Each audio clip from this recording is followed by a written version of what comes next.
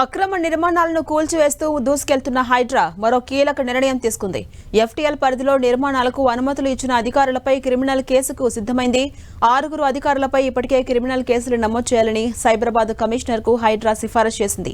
GHMC Chandanagar deputy commissioner తో పాటు HMDA assistant planning officer, Nizampet municipal commissioner, surveyor సహా బాచుపల్లి తహసీల్దార్ పై case నమోదు చేయాలని నిర్ణయించారు.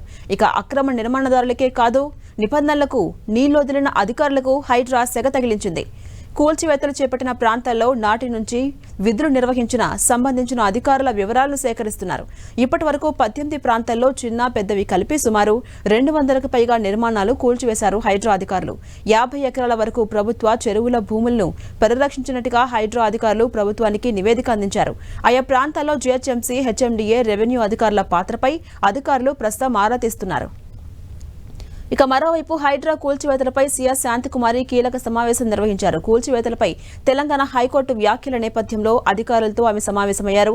నిబంధనల ప్రకారమే ముందుకెళ్లాలని హైడ్రాకు ఇటీవల ఉన్నత న్యాయస్థానం స్పష్టం చేసింది. ఈ క్రమంలో వివిధ అంశాలపై చర్చించేందుకు Hydraa, GHMC, HMDA, revenue, irrigation అధికారులతో సీఎస్ భేటీ అయ్యారు. న్యాయపరమైన సమస్యలు రాకుండా తీసుకోవాల్సిన జాగ్రత్తలపై ఆమె చర్చించారు.